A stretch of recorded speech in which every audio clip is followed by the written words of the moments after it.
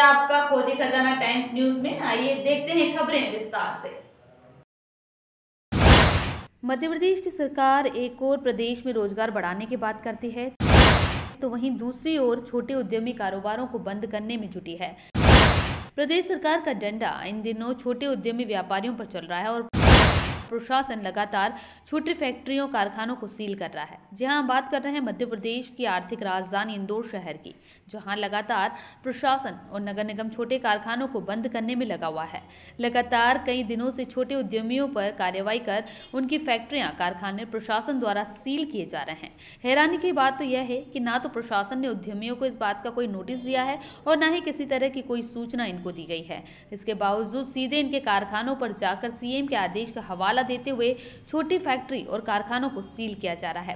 भाई साहब बताएं क्या प्रॉब्लम आ रही है आप लोगों को या फैक्ट्री? प्रॉब्लम सर ये है कि आज छोटे छोटे उद्योग एक एक दो दो वॉशिंग प्लांट लगा के रेडीमेड के तहत वॉशिंग प्लांट है, उसमें सर हम लोग कपड़े की धुलाई वगैरह करते हैं।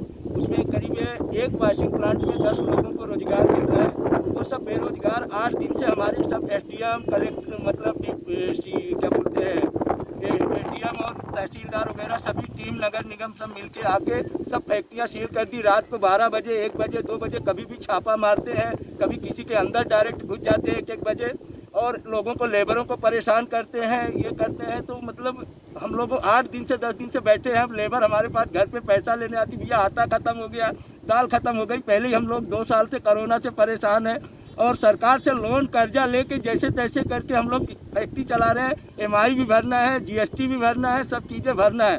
तो इसमें हम लोग इतने परेशान हो गए, सरकार हमारे लोगों के लिए, छोटे लोगों के लिए ध्यान नहीं दे रही है। बड़े बड़े सब अभी भी उद्योग चल रहे हैं, इसमें बड़े भी उद्योग हैं, जो ये खाली छोटे छोटे उद्योग हैं उन्हीं को परेशान किया जा रहा है।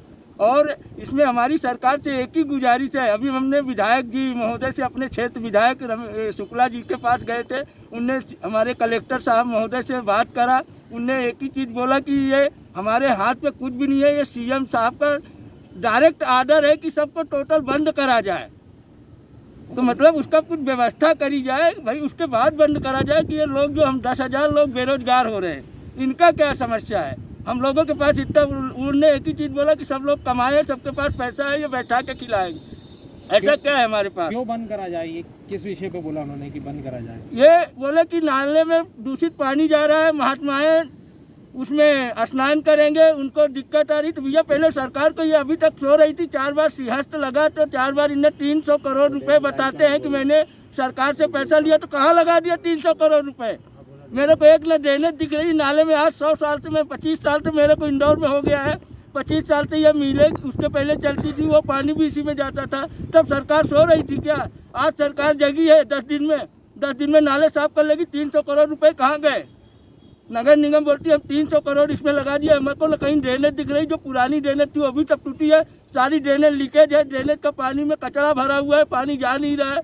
बोले पाइप डाल दिया हूँ, ये कर दिया हूँ। तो ये कुछ भी व्यवस्था है तो है नहीं सरकार के पास। नगर निगम ने तो ड्रेनेज लाइन बनाई थी, तो आपको ड्रेनेज लाइन नहीं यूज करने नहीं, यूज भी नहीं करने दे रही। वो पूरी टोटल चौक है, एक भी पानी, सब फूटी हुई है, पानी उसमें जाता ही नहीं है, ड्रेनेज में सब जाम है। हमने आवेदन भी लगाया, फोटो भी बना के दिया, सब कुछ दिया, कोई सुनवाई नहीं यहाँ के प्रशासन की है।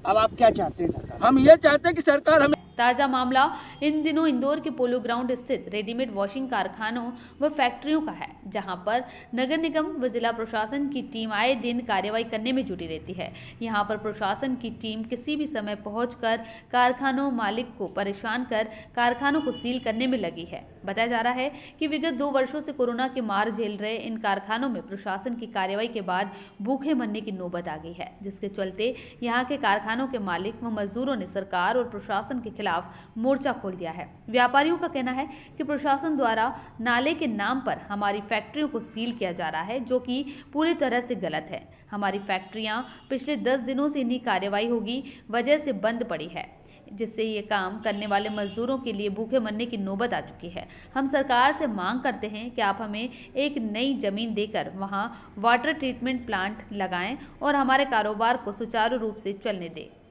सर, आदरणीय शिवराज सिंह जी से मेरा विनम्र निवेदन है कि हम कम से कम 150 से 200 लोग कारखाना चलाते हैं, बहुत छोटे छोटे हैं, इतने छोटे हैं कि हमारी एक कैपेसिटी नहीं है जो ईटीपी का प्रलोभन दिया जा रहा है कि लगा सकें उसको। जब सबके पास 2, 4, 5, 10 लोग ऐसे काम कर रहे हैं। आज 10 दिन से सबको ठप कर दिया गया, बिल्कुल सारी व्यवस्था ठप कर दी गई। धंधा पहले से मरा हुआ है। 2 साल कोरोना काल ऐसा दबाया कि हम लोग उठ नहीं पाए, अभी सही तरह से उठ नहीं पाए। जो हमारे वर्कर उनको सही तरह से भोजन पानी की व्यवस्था नहीं कर पाए। ना तो व्यापार सही है, ना तो सरकार इस पे कुछ एक्शन ले रही है, अमल कर रही है। हम लोग इसका करें क्या? शिवराज सिंह जी से मेरा एक विनम्र निवेदन है, अगर आप बाहर की पार्टियों को बुला करके यहाँ व्यवसाय दे रहे हैं, जो अपने घर में 25 साल से बैठे हुए हैं, उनका व्यवसाय बंद हो रहा है। इसके लिए वो कुछ करें हम लोगों को। हमारा सीधा सजेशन ये है कि हमको छोटा एक कोई एरिया दिया जाए जिसमें हम अपना प्लांट लगाएं, उसमें नगर निगम हमको सुविधा दे, ETP प्लांट लगाए और उसका जो भी चार्जेस है धीरे धीरे किस्तों में हमसे लेती रहे, क्योंकि हम एक साथ देने के अगर होते तो यहाँ कारखाने में लगा लेते।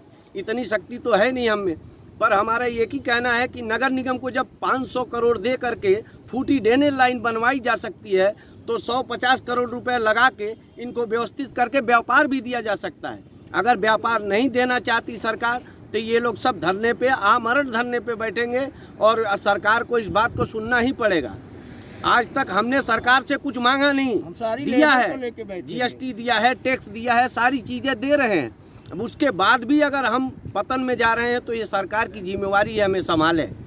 नगर निगम और ये लोग आपके पास आते हैं, कोई नोटिस वगैरह देते हैं आपको उसके पहले, आने से पहले? नोटिस वगैरह कुछ भी नहीं दिया जाता है, सिर्फ यही कहा जाता है कि आप कारखाना बंद रखें, पानी नहीं डालेंगे। मुख्यमंत्री और उसको ETP प्लांट में पानी भेज रहे थे पहले, अभी ETP वाले बोल रहे हैं सावे रोड पे कि ये पानी आप अपने यहाँ ट्रीटमेंट करके साफ करके फिर लाके दीजिए। तो ट्रीटमेंट प्लांट लगाने का समस्या तो बना है, ये छोटे लोग नहीं कर सकते हैं, बड़े लोग ही कर सकते हैं जो बड़े बड़े बैठे हैं। तो सरकार अगर चाहती है बड़े लोग ही जिंदा रहें, छोटे लोग मर जाएं, तो ठीक है, हम आमरण धरने पे बैठेंगे। यदि सरकार ने आपकी मांगे नहीं मांगी तो आप क्या उग्र करेंगे? हम कुछ उग्र नहीं करेंगे। शासन की जो शासन का जो नियम है, कायदा है, कानून है, उसके आधार पे हम बैठेंगे और धरना देंगे। आपका नाम बताइए। हमारा नाम है परविंदर सिंह। अभी के लिए इतना ही। लगातार खबरों के लिए बने रहिए खोजे खजाना टाइम्स न्यूज के साथ। नमस्कार।